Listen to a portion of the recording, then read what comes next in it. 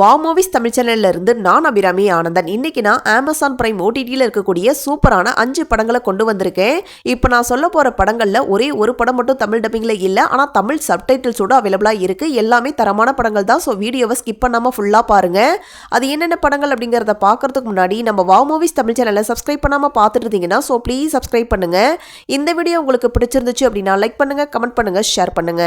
இப்போ வாங்க நம்ம வீடியோக்குள்ள போகலாம். இப்போ நம்ம ஃபர்ஸ்டா பார்க்க போற படம் 2019 வருஷம் ரிலீஸ் ஆன கன்னட படமான அவனே ஸ்ரீமன் நாராயணா அப்படிங்கிற காமெடி கலந்த ஒரு ஃபேண்டசி த்ரில்லர் படம். இந்த படத்துடைய ஸ்டார்டிங் ஸ்டோரி என்ன அப்படிங்கறத நம்ம பார்த்தரலாம். படத்துடைய ஆரம்பத்திலேயே 15 வருஷத்துக்கு முன்னாடி நடக்கிற மாதிரி காட்டுறாங்க. அந்த டைம்ல கவர்மெண்ட்டுக்கு சொந்தமான ஒரு பொக்கிஷம் ட்ரெயின்ல போயிட்டு இருக்கு அப்படிங்கிற ஒரு விஷயம் தெரிஞ்சு ஆபிரா அப்படிங்கிற கொள்ளை கூட்டத்தை சேர்ந்த குரூப் வந்து அதை கொள்ளையடிக்கலாம்னு நினைக்கிறாங்க. ஆனா அதுக்கு முன்னாடியே ஒரு டிராமா ட்ரூப்பை சேர்ந்த ஒரு 6 பேர் கொண்ட குழு அந்த பொக்கிஷத்தை வந்து கொள்ளையடிச்சிட்டு போயிடுறாங்க. ஒரு கட்டத்தில் அந்த குரூப்பை சேர்ந்த, அதாவது டிராமா ட்ரூப்பை சேர்ந்த ஒரு 6 பேரும் ஒரு வண்டியில் போயிட்டு இருக்காங்க அப்படிங்கறத தெரிஞ்சு ஆபிரா கொள்ளை கூட்டத்தை சேர்ந்தவங்க மடக்கி பிடிச்சிடுறாங்க. சொல்ல போனா அந்த டிராமா ட்ரூப்ல இருக்கக்கூடிய எல்லாத்தையுமே சுட்டு கொண்டுடுறாங்க. அதுக்கப்புறம் வண்டிக்குள்ள போய் பார்த்தா அந்த பொக்கிஷம் உள்ள இல்ல. பொக்கிஷம் எங்க இருக்கு அப்படிங்கிற விஷயமே இறந்து போன அந்த 5 பேருக்கு தான் தெரியும். அதுல ஒருத்தர் மட்டும் தான் உயிரோட இருக்காரு. அவருக்கும் இந்த நடந்த சம்பவத்தினால அதிர்ச்சி மாதிரி ஆகி மனப்பிரம மாதிரி பிடிச்சிருது. இப்ப இந்த ஒரு விஷயத்தினாலேயே ஆபிரா கொள்ளை கூட்டத்தை சேர்ந்த தலைவருக்கு உடம்பு சரியில்லாம போய் படுத்த படுக்கையாவே ஆயிடுறாரு. இப்ப அந்த கூட்டத்துடைய அடுத்த தலைவர் யார் அப்படிங்கிற கேள்விக்கு இப்ப அந்த தலைவர் இருக்காரு இல்லையா, ஆல்ரெடி அவருடைய 2 பசங்கள்ல யார் இந்த புதையலை கண்டுபிடிச்சு கொண்டு வராங்களோ அவங்க தான் இந்த கூட்டத்துடைய தலைவர் அப்படின்னு சொல்லி அவர் அனௌன்ஸ் பண்ணிடுறாரு. இப்ப இந்த 2 பேர்ல யார் அந்த புதையலை கண்டுபிடிக்க போறாங்க, இந்த பிரச்சனைக்கு நடுவுல போலீஸ் ஆபீசரா இருக்கக்கூடிய நம்ம ஹீரோ எப்படி இதுக்குள்ள வந்தார் அப்படிங்கிறது தான் இந்த படத்துடைய மீதி கதை. இந்த படத்துல எனக்கு ரொம்பவே பிடிச்ச விஷயம் இந்த படத்துடைய கதைக்களமும் அதை ஸ்கிரீன் பிளே பண்ண விதம் அப்படின்னே சொல்லுவேன். ஸ்கிரீன் பிளேவை பொறுத்த வரைக்கும் ஒரு துளி கூட போர் அடிக்காத அளவுக்கு நல்லா சுவாரஸ்யமாவே கொண்டு போயிருந்தாங்க. இந்த மூவில நடிச்சிருந்த ஹீரோவா இருக்கட்டும் இல்ல அவர் கூட ஒரு போலீஸ் ஆபீசர் வருவாரு, இவங்க 2 பேர் காம்பினேஷன்ல வரக்கூடிய காட்சிகள் எல்லாம் செம்ம காமெடியாவே இருந்துச்சு. படத்துல நிறைய இடங்கள்ல காமெடி சூப்பராகவே ஒர்க் அவுட் ஆயிருக்கு. ஓவராலா பாத்தீங்கன்னா இந்த படம் ஒரு தரமான படம் தான். கண்டிப்பா ட்ரை பண்ணி பாருங்க. இந்த படத்தை நீங்க பார்க்கணும் அப்படின்னு நினைச்சீங்கன்னா அமேசான் பிரைம்ல தமிழ் சப்டைட்டில்ஸோட மட்டும்தான் அவைலபிளா இருக்கு. பட் இந்த படம் யூடியூப்ல தமிழ் டப்பிங்கோடயே இருக்கு. இன்ட்ரெஸ்ட் இருக்கு அப்படிங்கறவங்க ட்ரை பண்ணி பாருங்க. IMDbல 10க்கு 7.8 ரேட்டிங்ஸ் கொடுத்திருக்காங்க. அடல்ட் கண்டென்ட்லாம் இல்ல, நீங்க ஃபேமிலியோடயே பார்க்கலாம். இப்போ நம்ம ரெண்டாவதா பார்க்க போற படம் 2024 வருஷம் ரிலீஸ் ஆன தமிழ் படமான ஜே பேபி அப்படிங்கிற ஒரு சூப்பரான ஒரு ஃபீல் குட் டிராமா மூவி. இந்த படத்துடைய ஸ்டார்டிங் ஸ்டோரி என்ன அப்படிங்கறத நம்ம பார்த்தரலாம். படத்துடைய ஆரம்பத்திலே 2 அண்ணன் தம்பிகளை காட்டுறாங்க. இவங்க 2 பேருமே ஒருத்தருக்கு ஒருத்தர் பேசிக்கிறது கிடையாது. அதுக்கான காரணம் என்ன அப்படிங்கிறது ஸ்டார்டிங்ல தெரியல. இவங்களுடைய அம்மா கொஞ்சம் மனநிலை சரியில்லாம இருக்காங்க. படத்துடைய ஆரம்பத்திலே அவங்க ஏரியா போலீஸ் ஸ்டேஷன்ல இருந்து இந்த 2 பேருக்கு ஃபோன் கால் வருது. இங்க வாங்க அப்படின்னு சொல்லி போலீஸ் ஸ்டேஷனுக்கு கூப்பிட அங்க இவங்க 2 பேரும் போறாங்க. அங்க போனா அங்க இருக்கக்கூடிய போலீஸ் ஆபீசர் எங்கப்பா உங்க அம்மா சொல்லுங்க அப்படின்னு கேட்டா ஆளுக்கு ஒரு பதில சொல்றாங்க. அம்மா எங்க அப்படிங்கறது இவங்க 2 பேருக்கும் தெரியல. அப்பதான் அந்த போலீஸ் ஆபீசர் ஒரு விஷயத்த சொல்றாரு. உங்க அம்மா ஒண்ணு இங்க இல்ல, கொல்கத்தால இருக்காங்க. கொல்கத்தால இருக்கக்கூடிய போலீஸ் ஸ்டேஷன்ல இருந்து இப்பதான் நமக்கு இன்ஃபார்ம் பண்ணாங்க. நீங்க 2 பேரும் உடனடியா கிளம்பி கொல்கத்தாவுக்கு போங்க, போய் உங்க அம்மாவை கூட்டிட்டு வாங்கன்னு சொல்லி அனுப்பி வைக்கிறாரு. இப்ப அம்மாவை கூட்டிட்டு வரதுக்காக பேசாத இருக்கக்கூடிய இந்த அண்ணன் தம்பிங்க 2 பேரும் கொல்கத்தாவுக்கு போறாங்க. இதுக்கப்புறம் என்னென்ன மாதிரியான சம்பவங்கள் நடந்துச்சு அப்படிங்கிறது தான் இந்த படத்துடைய மீதி கதை. இந்த படத்துல நடிச்சிருந்த ஊர்வசி, அட்டகத்தி தினேஷ், லொல்லு சபா மாறன் அப்படின்னு சொல்லி 3 பேருமே ஒரு சூப்பரான ஒரு பெர்ஃபார்மன்ஸை கொடுத்திருக்காங்க. இந்த படத்துடைய ஸ்கிரீன் பிளேவை பொறுத்த வரைக்கும் பல இடங்கள் சூப்பராகவே எமோஷனலாவே கனெக்ட் ஆச்சு. யாருக்கெல்லாம் அம்மா பாசம் ரொம்ப அதிகமோ அவங்க எல்லாருமே கண்டிப்பா இந்த படத்துல வரக்கூடிய ஒரு சில காட்சிகள்ல கண்கலங்கிடுவீங்க. அந்த அளவுக்கு ஸ்கிரீன் பிளேவை ரொம்ப உண்மைக்கு நெருக்கமாவே எடுத்துட்டு போயிருந்தாங்க. நிறைய இடங்கள் எமோஷனலாவே கனெக்ட் ஆச்சு. ஓவராலா பாத்தீங்கன்னா இந்த படம் ஒரு தரமான படம். கண்டிப்பா ட்ரை பண்ணி பாருங்க. இந்த படத்தை நீங்க பார்க்கணும் அப்படின்னு நினைச்சீங்கன்னா அமேசான் பிரைம்ல தமிழ்லயே அவைலபிளா இருக்கு. IMDbல 10க்கு 7.2 ரேட்டிங்ஸ் கொடுத்திருக்காங்க. அடல்ட் கண்டென்ட்லாம் இல்ல, நீங்க ஃபேமிலியோடயே பார்க்கலாம்.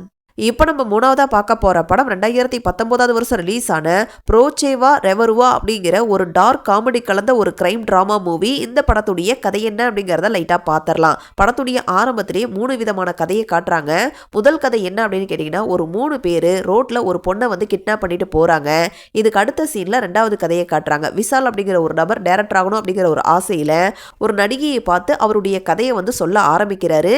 இப்ப 3வது கதையில நம்ம ஹீரோயினை காட்டுறாங்க. நம்ம ஹீரோயின் ஹீரோயினை பொறுத்த வரைக்கும் அவங்களுடைய அப்பா பயங்கர ஸ்ட்ரிக்டாக இருக்காரு. படிப்பு மட்டும்தான் லைஃப், அதை தவிர வேற எந்த ஒரு விஷயத்திலையும் ஆர்வம் காட்டக்கூடாது அப்படின்னு சொல்லி பயங்கர ஸ்ட்ரிக்டாக தான் நம்ம ஹீரோயினை வளர்த்துட்டு இருக்காரு. நம்ம ஹீரோயின் படிக்கக்கூடிய அதே ஸ்கூலில் பார்த்தீங்கன்னா 3 பசங்க இருக்காங்க. அந்த 3 பேருக்கும் சுட்டு போட்டால் கூட படிப்பே வராது. இப்போ அந்த 3 பேரும் நம்ம ஹீரோயின் கூட ஃப்ரெண்ட் ஆகுறாங்க. ஹீரோயின் அவங்களுடைய பிரச்சனையை அந்த 3 பேர்த்துக்கிட்ட சொல்ல இந்த பிரச்சனையிலேருந்து வெளியே வரதுக்காக இவங்க எல்லாரும் சேர்ந்து ஒரு பிளானை பண்ணுறாங்க. இதுக்கப்புறம் என்ன நடந்துச்சு அப்படிங்கிறது தான் 3வது கதை. இந்த 3 கதையிலையும் இப்போ நான் சொன்னதுக்கப்புறம் அடுத்தடுத்து என்ன நடந்துச்சு அப்படிங்கிறது தான் இந்த படத்துடைய மீதி கதை.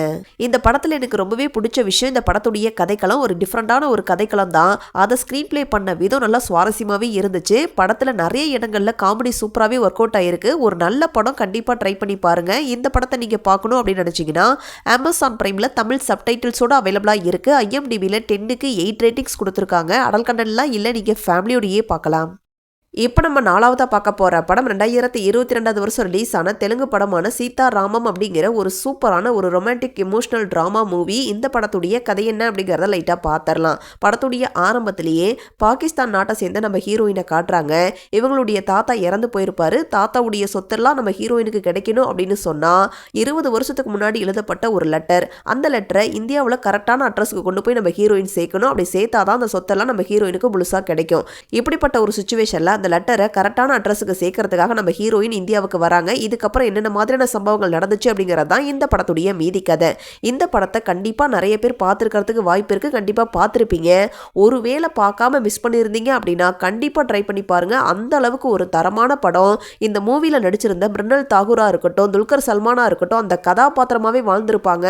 ஒரு வேற லெவல் தரமான படம். படத்துடைய கிளைமேக்ஸ்லாம் பயங்கர எமோஷனலாகவே கொண்டு போய் முடிச்சிருப்பாங்க. ஒரு தரமான படம், கண்டிப்பாக ட்ரை பண்ணி பாருங்க. இந்த படத்தை நீங்கள் பார்க்கணும் அப்படின்னு நினச்சிங்கன்னா அமேசான் பிரைமில் தமிழ் டப்பிங்லேயே அவைலபிளாக இருக்குது. IMDbல 10க்கு 8.5 ரேட்டிங்ஸ் கொடுத்துருக்காங்க. அடல் கண்டென்ட்லாம் இல்லை, நீங்கள் ஃபேமிலியோடையே பார்க்கலாம்.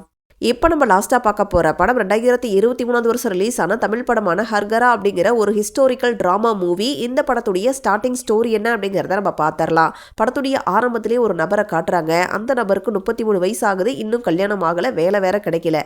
அந்த டைம் தான் கவர்மெண்ட் ஜாப் கிடைக்கிது, அதாவது போஸ்ட்மேன் வேலை கிடைக்கிது.